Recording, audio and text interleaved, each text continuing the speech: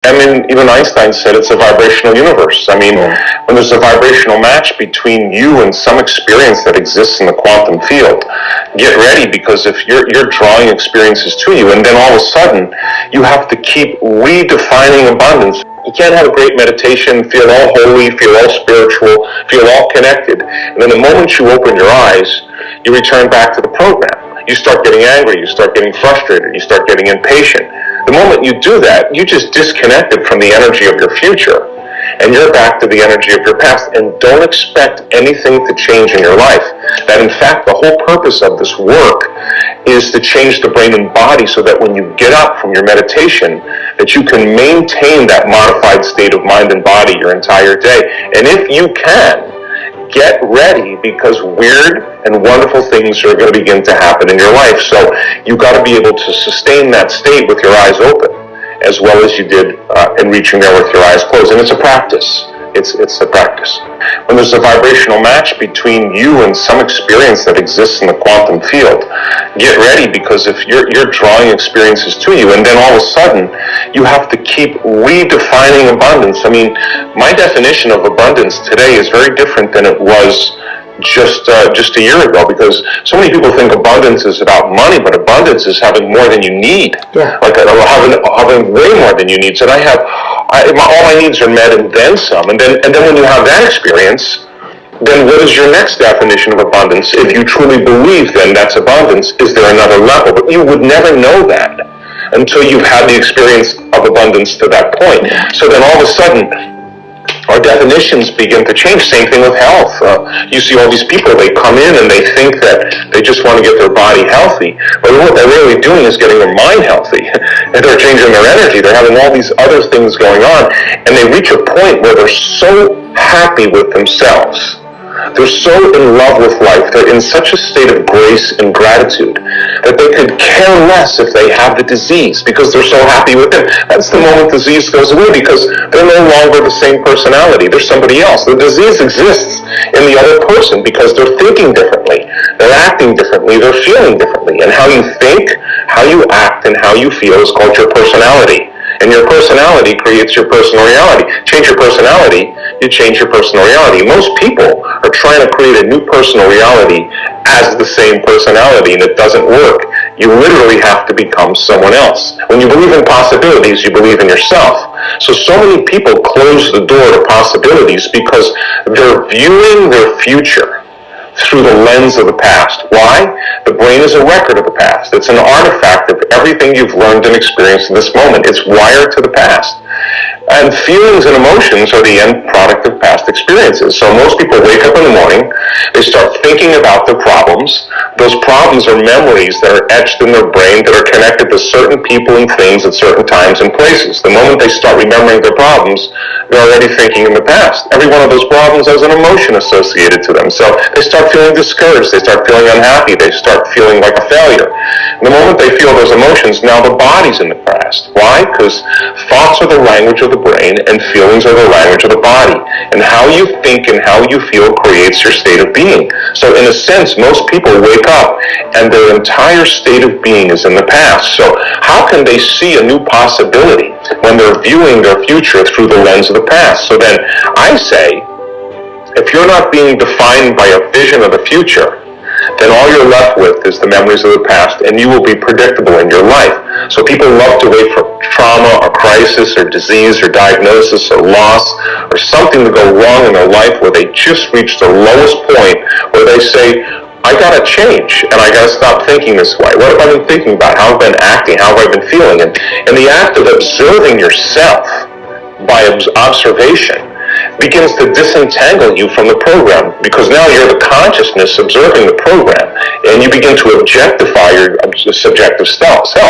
That's lighting a match in a dark place, and most people would rather turn on the TV, they'd rather get on their cell phone, they'd rather get on the internet, they would rather something outside of them change how they feel inside of them. And this work is about regulating it without anything outside of you, because when you do that, now you're free. You don't need a person, you don't need a drug, you don't need a thing, you don't need a shopping spree, a football game, you don't need any of those things. You can do it by yourself, and that's when we begin to develop this thing called unconditional love, because our students, we've measured the neurotransmitters. oxytocin levels in many of our students go up hundreds of times. Oxytocin is the love chemical, and oxytocin signals nitric oxide, and nitric oxide signals a chemical called derived endothelial relaxing factor, which is a big word for causing your heart to literally swell. It causes the arteries in your heart to get more oxygen, more nutrients, more blood. It's not something mystical, it's very physiological. It's just like when you're sexually aroused and blood flows there, the same thing is happening, but only it's happening in your heart, and you feel with a different consciousness so much love. This is where our creative center starts. This is the beginning of our divinity. This is our connection. This is the union of polarity, the union of opposites. This is oneness, and where wholeness begins. This is what we should be creating from. So if you can't get energy here, and you can't feel a love for your future, that means then on some level, you're more addicted to the emotions of the past. So then this is really fundamental, because when people start to make those changes, they start getting happy for no reason. And all the things that they thought they wanted, the career, the relationship, all those things, they no longer want them because they feel so whole, they feel like they already have them. And so if your oxytocin levels are up 200 times, you're so in love with life, you feel so amazing that you wouldn't start judging another person, because if you did, you'd lose the feeling. And people start figuring out, I'm just going to stop judging. Hey, that person that betrayed me 10 years ago, I feel so whole, I'm going to let them go. I gotta take my attention off them because you feel so great. You don't really care about them any longer, and that's forgiveness, but you're not trying to do it. You're not trying to be spiritual. You're not trying to be forgiving. It's a side effect of a shift in consciousness, and when energy makes it to the heart, it goes right to the brain. We've measured that enough times, and it resets the person's baseline for fear and anxiety. It begins to change the survival centers in the brain, and the person's no longer so vigilant, looking around in their outer world of what's going to change and try to control and predict it. They're more relaxed into the present moment. And of course now, things are happening around them. So the work then becomes instrumental, not just because we want people to make those significant changes, but we also want them to reap the benefits of their own efforts. And I just talked to someone this morning. Just huge manifestation happened to this woman. A lot of money, a lot of wealth. She's crying the whole bed, and she said, I'm starting to get that I created this. Now, that means then a layer of the illusion that we're powerless. We have been so conditioned into powerlessness, into hopelessness, into self-limitation. One of those experiences where you pop above the veil and you start to see that you are that powerful, wow, but not in an egocentric way, not in, hey, look at me, I'm self-aggrandizing. It's more like you're humbled, and at the same time you feel amazing. Wow, imagine if the whole world was like that. And so we're piercing this 4-minute mile. This last year in our work, all the healings, all the amazing experiences, all the mystical moments, all the transformations that are going on in people, piercing through that 4-minute mile. Once the 4-minute mile was broken, then everybody said, hey, we can all do it. And within 2 weeks, everybody started breaking that mile. Well, that's exactly what's happening. We're breaking through this veneer, this level of consciousness that says you are powerful. You could be old and be powerful. You could be young and be powerful. You could be healthy and powerful. You could be sick and be powerful. You could be anything you want and still do this. And in time, your biology begins to change, and so does your life. Imagine, listen, where you place your attention is where you place your energy. We were just talking about this at the week-long event in Vancouver just the other day. You got 1,000 people. They all come to the event. Their attention is on their boss, their co-worker, their ex, their husband, their kids, everything in their outer world. They're shifting their attention all over the place, and I'm asking them to take all of their attention off of all of those people, all those things, unfold into this field and become pure consciousness. And out of anywhere you can place your attention, I'm going to ask you to place it on your heart. Now, where you place your attention is where you place your energy. So in a sense, just like a flower that needs the life force to bloom, if you keep feeding your heart, your attention, and your energy, and you learn how to regulate, and you learn how to trade fear for joy, and you start practicing this, in time, you'll be able to develop the skill to allow your heart to open more. So, most people, though, they try it for a second or two, and they say, well, it didn't really work, I'm having problems opening my heart. person, and we keep giving them more reasons to feel joy and love and freedom. And we start seeing a community starting to do it, like 1,000 people, okay? You have maybe 10% the first day that are starting to open their hearts. The moment they start to open their hearts, they're producing that coherent field around their body, and you're sitting next to a person, and your field begins to mingle with their field, and all of a sudden those two fields come together and you build a bigger field. The higher the amplitude, the higher the energy. So in time, you start to see people in a community start to resonate in this frequency called love, and the heart's like it's an antenna in a sense. It begins to sense that, and it begins to open more. At the same time, they're in an environment where they're safe. They're in an environment where there's no threats, there's no danger. They're retreating from their lives. They're disconnecting from the people and things and places, learning information and learning how to practice how to use that information. Like a skill then, they begin to notice that they're feeling more joyful. They start to notice that they feel more love. And each day there's a progression. So we start every meditation in this work by acknowledging this creative center. Why? Because it requires a clear intention, which is a coherent brain, and an elevated emotion, which is a coherent heart, to begin to produce an effect on reality. So we teach students how to create brain coherence, and boy, we have so much research to show that you can do it.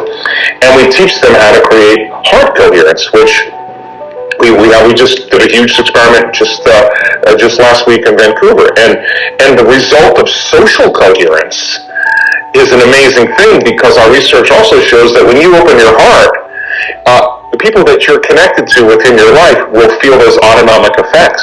We can take the 750 people, set them in a room, and have the people in the front wearing heart rate monitors, and everybody moves into an elevated state and sends the thought on the frequency of love that the people wearing the heart rate monitors, that their bodies be healed, that their lives be enriched, that their dreams come true, that the mystical find them. And at the exact same time, in the exact same day, in the exact same meditation, many of those people, the majority of them, go into heart coherence. They're being affected in a very non-local way. So how do you change the world? Well, you get enough people in heart coherence that not only that they're just meditating for peace, they're not praying for peace, they're the living prayer of peace. They're the example of peace. They're walking their talk. They're walking the prayer. They are peace. They've reached that point where they are peace. And when you see people like that are unpredictable, like they're not normal in the way that everybody else reacts, they're giving you permission, because of mirror neurons, to do the same. And all of a sudden you see it's something else emerging, a new consciousness, like a flock of birds all moving at the same time, or a group of fish all moving at once. That living organism gives the appearance of one big organism to predators, and now you have this indivisible kind of group consciousness. That's where we're going in this. We want to, in the living organism called the human being, we heal one another. That's what we do. We take care of one another. We exchange information. We teach one another. We shine for one another, not because we want to be better, to show people that they can shine too. That's what the living organism does. So in this age right now, the age of this living organism, selfish individuality will not sustain the living organism. This kind of collective consciousness, this group consciousness, this selflessness is what begins to feed the living organism. And now, just like those school of fish, you have this one mind, one heart, where everybody's at a whole new level of consciousness. And if you do that really well, it's going to begin to produce measurable changes in the world. And hopefully that's where we're going. I really hope you loved this video and it was helpful. So please help me make it more popular by giving your thumbs up, commenting it, and sharing on the social networks with your friends. And now it's time for our daily Complete the Quote challenge.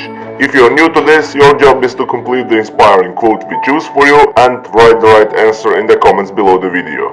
If you can give us the right answer first, you are the winner of this daily challenge. So far you were very successful. Most of you knew the right answers. That's not a surprise. The most quotes belongs to Joe Dispenza, and you are all familiar with Joe's work. In the previous video, we also had a quote that belongs to Joe Dispenza. We were looking for two words. The quote goes like this: "We can't create a new future while we are living in," and the correct answer was our past. so we can create a new future while we are living in our past. Congratulations to everyone with the correct answer, and to everyone that tried but didn't guess the answer.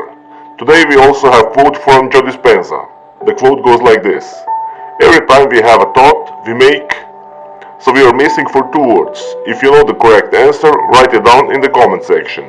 Even if you're not sure what the right answer is, try and guess.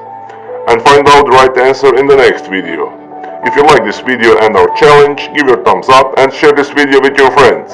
Spread the word. And don't forget to subscribe and hit that bell button. By doing that, you will get notification when my new video and new challenge is published. If you really like what we do here and want to support us, you can join our channel and our community for a symbolic fee and gain many other additional features. You can do that by clicking the join button next to the subscribe button, or you can click on the link in the description of this video. Stay good and have a great day.